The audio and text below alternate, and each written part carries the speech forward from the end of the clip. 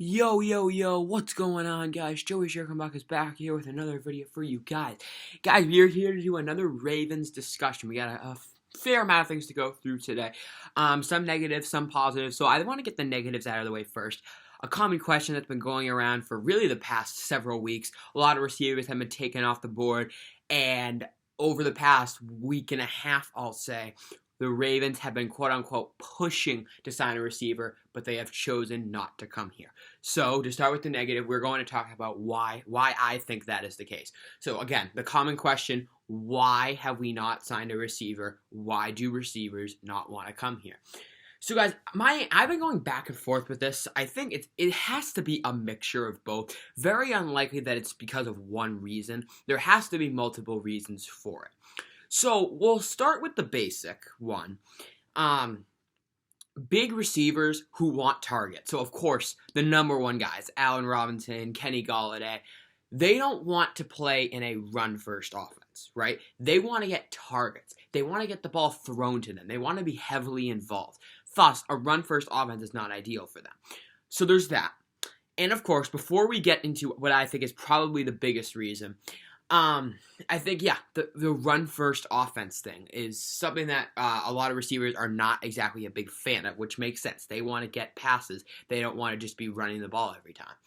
So, we don't run the ball every time, but we are still a run-first team. So there's that.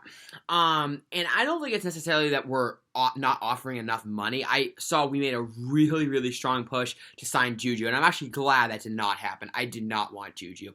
I know I worry about this too much. I just cannot stand that guy. On the Steelers, so that doesn't help, but the way his TikTok dances off the field annoy the absolute hell out of me. I cannot stand that. So I'm really glad we did not get Juju. Plus, he wouldn't have been an upgrade. He wouldn't have helped.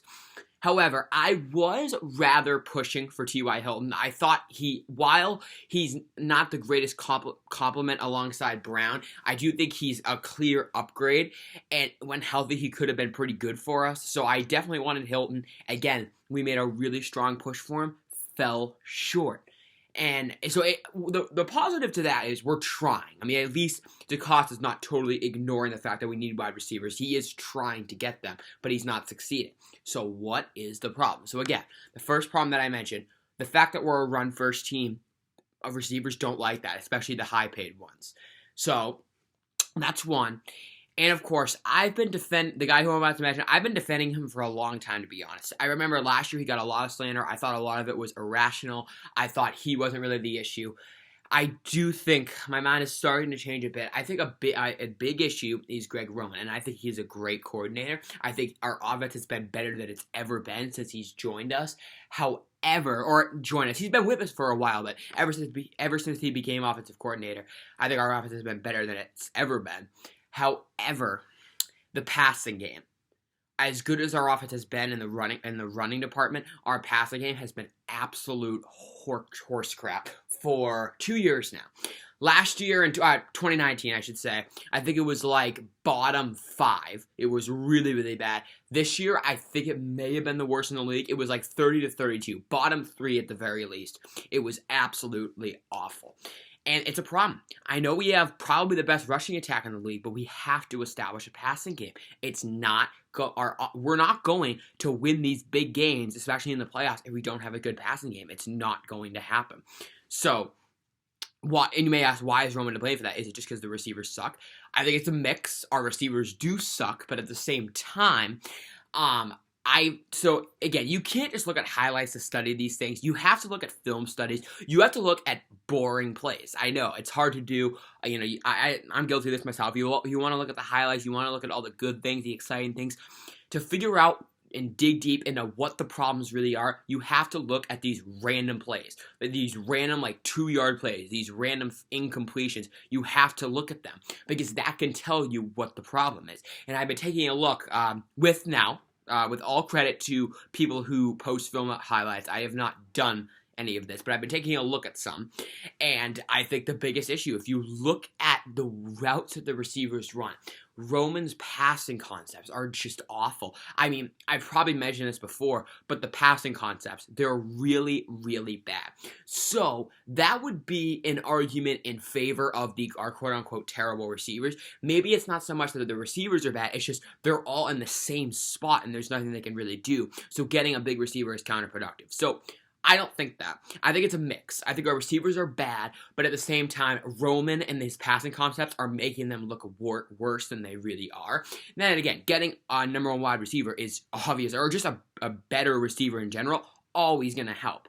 But we do need the passing concepts need work big time. I mean, if you again, looking at the film highlights, or not actually highlights, the film studies, the passing concepts are god-awful. So I'm getting a little bit off topic here, but I think that is the biggest issue. And again, it's not like the receivers are stalking us and watching every single play we run, but I do think they're aware that the passing concepts are really bad. And you guys, when I say bad, it's more of because when you look at the plays, all of the receivers are like bunched right next to each other. It's like 3 stick routes and 1 crossing route. It's all of the same basic routes, and they all end up overlapping with each other. You need to spread the field. That was a huge reason why our offense was not as great last year.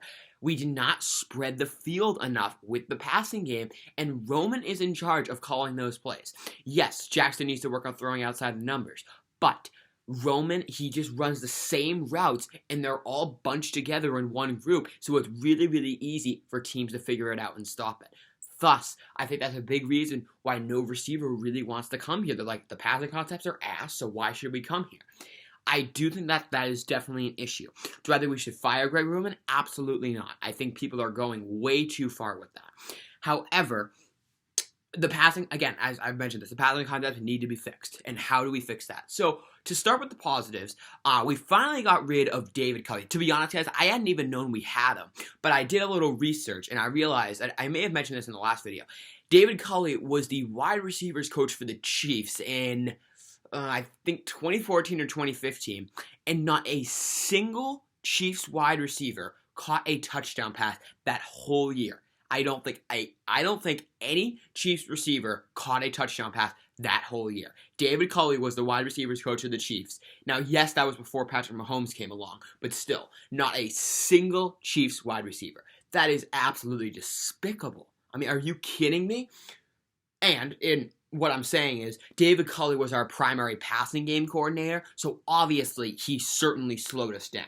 So I do think we made a brief jump, or a small jump, I should say, to fix that. We got rid of David Culley.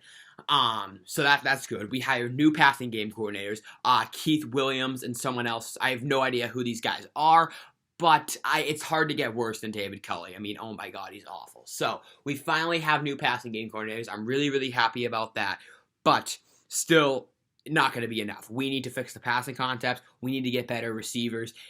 And I don't know, guys. What is going through Decosta's head right now? I like Decosta. I think he's a great manager. He also seems like a super nice guy off the field. He's on the field. He seems like a really good guy. But at the same time, he does need to make moves. He's too cautious. And I understand. To start, you know, and he's new, being the manager. So he's like, okay, let's sit back. Let's see what other teams do. Then maybe we'll chime in. That, you know, even Ozzie Newsome did that sometimes too, which I respect. But at the same time, he does need to make some moves at some point. And whether it's by trade, he is a fan of trading. Remember, probably our biggest addition last year was Calais Campbell, and that was through trading. So he could have a big trade up his sleeve. And I'm making the video today because, as most of you know by now, there have been some big trades going on today. Not even for players. The Dolphins traded away their number 3 overall pick to the Niners for a bunch of other picks. The Eagles traded away their number 6 pick to the Jets, Seahawks, I don't even know. The Eagles traded away a draft pick as well. There have been 2 big trades today. So I feel like the Ravens have to make a move at some point. And I'm not just saying this. This isn't even biased. I'm trying to take my bias out of this equation. The Ravens have been trying to get wide receivers. So it's just a matter of time before we get some player. It doesn't even have to be a wide receiver, but it's just a matter of time before we get a quality player. Not like this random practice squad guy, but a player who can actually be a big influence to us. It's just a matter of time, guys. I'm telling you, and again, I may sound biased, but we have to land someone at some point. There's no way that we're going to go through the rest of the offseason without getting anyone of high quality, not counting the draft. There's just no way. And again, the Ravens are not big spenders in free agency. We aren't. That's been our theme forever. I understand that. I'm not expecting us to do anything huge, but we have to do something at some point. There's no way we're going to fix it because, again, it's not like wide receiver is our only hole. We still have one other very, very big hole, and you guys know what that is, pass rush. There's no way that Decosta thinks that the draft is going to cover all of that. No freaking way. We're absolutely going to make some move in free agency, and of course in the draft as well. I do think Decosta is pretty high on the draft this year. I don't really look at many draft prospects, but I do think that Decosta is really, really high on the draft. Maybe he'll trade up and get an additional draft pick. Maybe we'll have 2 first-round picks. You never know. But regardless, he does need to make a move. And I don't know, guys. I've been saying I think we're going to make a move this week. I've been saying that for a while. It's either going to be through trade or through signing. We're going to get someone. It has to happen. It's going to happen. I can't see us missing out on everything. We could trade for several guys. 2 receivers who I think have been mentioned about trading and who we have expressed some interest in is Michael Gallup and Devontae Parker. 2 wide receivers, of course. 2 of which I would absolutely take in a heartbeat. Both, I'm not totally sure are number 1 wide receivers, but they're clearly upgrades over what we have. They go up to win 50-50 balls. I'd take either of them in a heartbeat. And of course, believe it or not, we could still work on the tack and trade for Allen Robinson, but that's not going to happen. That totally bucks our trend of not making huge moves in free agency. I don't see it happening. The Bears are holding him hostage. It's not going to happen. But we're going to make a move, guys. Again, whether it's through trade, whether it's through signing, it's going to happen. Who it is, you never know. But Gallup, Parker, I'd absolutely take. Pass rush, I think Melvin Ingram is currently my favorite choice. First of all, he fits perfectly in the system. Stand-up lineman. The Chargers run a very similar defense to what we run. Veteran presence. Yes, he's over the hill, but he's still an upgrade. And I don't want to leave it to just rookie edge rushers because, of course, we lost Judon, lost Ngakoue. And yes, we still have Pernell McPhee. But I don't want to just draft edge rushers and put them right in the starting lineup and expect them to know what they're doing. We need to have more veteran presence at the edge rusher position, outside linebacker.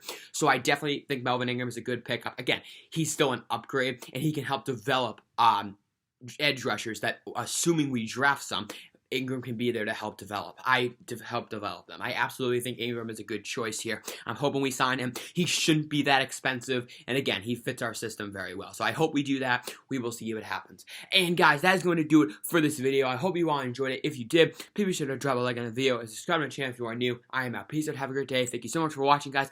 Go Ravens. I will see you guys when the Ravens make a move. It could be later today. It could be tomorrow. You never know. Next time the Ravens make a move, we will be here to talk about it. Thank you guys so much, and enjoy the rest of free agency. It's crazy out there.